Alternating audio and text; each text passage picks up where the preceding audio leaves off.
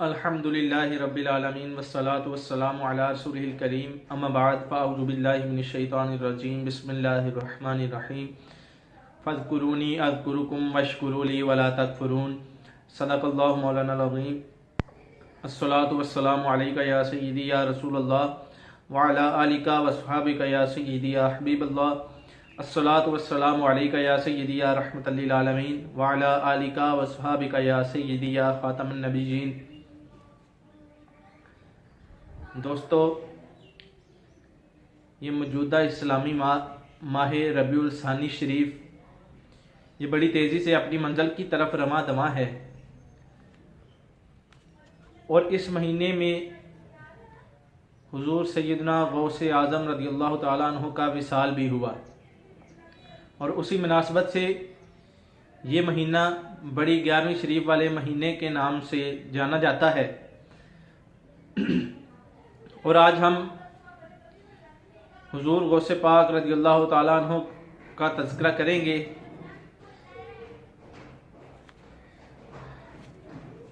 अल्लाह ताला ने कुरान पाक में इरशाद फरमाया, फ़ज़्कुरूनी अज़्कुरुकुम वश्कुरूली वला तकफ़ुरून।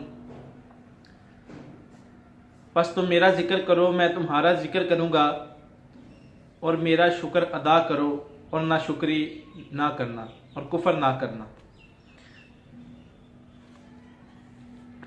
हुजूर सैयदना गौसे आज़म रज़ियल्लाहु ताला अन्हु का इसमें गिरामी जो है वो है अब्दुल कादिर और आपके वालिद माजिद का इसमें गिरामी है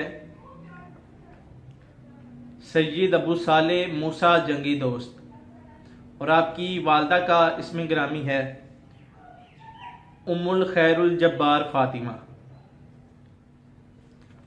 और आपका सिलसिला नसब अपने वालिद की तरफ से हज़रत इमाम हसन रज़ियल्लाहु ताला अन्हु से मिलता है और वालदा की तरफ से आपका सिलसिला नसब हज़रत इमाम हुसैन रज़ियल्लाहु ताला अन्हु से मिलता है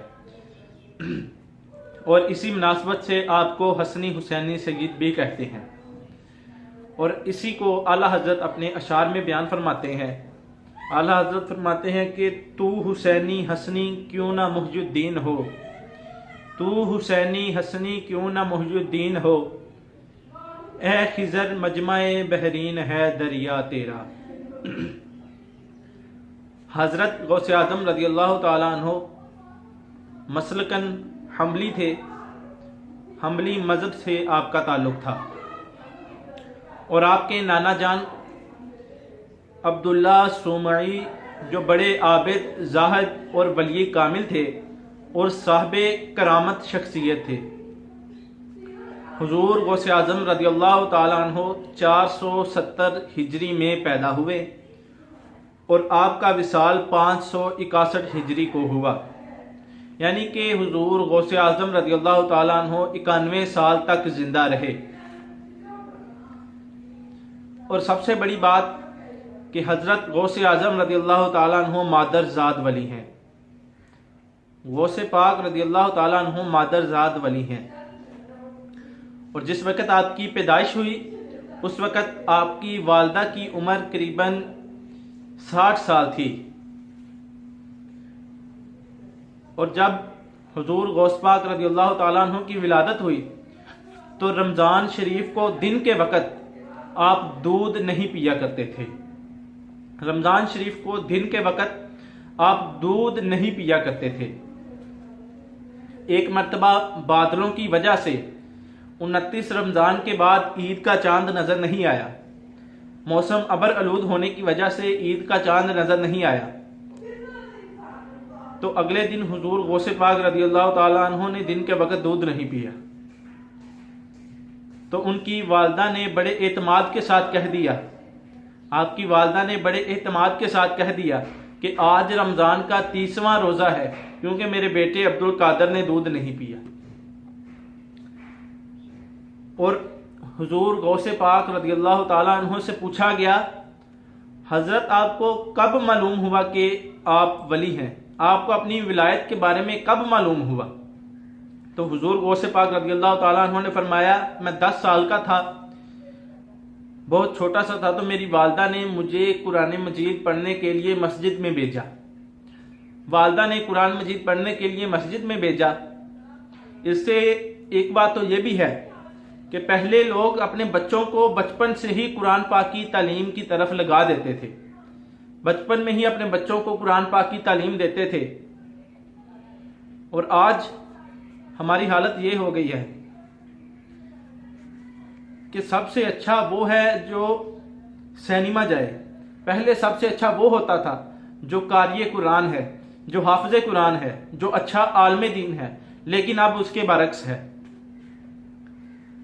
मस्जिदें वीरान हैं और क्लब आबाद हैं। आज हमारी हालत ये हो गई है। बहरहाल हुजूर गौस पाक रज़ियल्लाहु ताला अन्हु से पूछा गया आपको अपनी विलायत के मुतल्लिक कब मालूम हुआ? तो आपने फरमाया मैं 10 साल का था, मेरी वालदा ने मुझे कुरान पाक पढ़ने के लिए मस्जिद में भेजा। फरमाते हैं मैं मस्जिद में गया तो वहां पर काफी बच्चे बैठे हुए थे। मस्जिद जो थी वो बच्चों से भरी हुई थी। फरमाते हैं मैं खड़ा रहा और मैंने कहा मैं उस वक्त तक नहीं बैठूंगा जब तक जगह खाली ना हो जाए। मैं उस वक्त तक नहीं बैठूंगा जब तक जगह खाली ना हो जाए। तो फरमाते हैं कि गैब से आवाज आई, गैब से आवाज आई अफसिहू ली वलीयिल्लाह, बच्चों जगह को छोड़ दो, जमाने का गौस आ गया है। बच्चों जगह को छोड़ दो, जमाने का गौस आ गया है। तो ये था गौस पाक रज़ियल्लाहु ताला अन्हु का मुख्तसर तारुफ। और इंशाअल्लाह आपके तालीमी सफ़र के मुतल्लिक आइंदा हम बात करेंगे। फ़िलहाल के लिए इतना ही, इजाज़त दीजिए। आखिर पर एक शेर पढ़ूंगा। वाह क्या मर्तबा ए गौस है बाला तेरा, ऊंचे ऊंचों के सरों से है कदम आला तेरा। वमा अलैना इल्लल बलागुल मुबीन। वस्सलाम।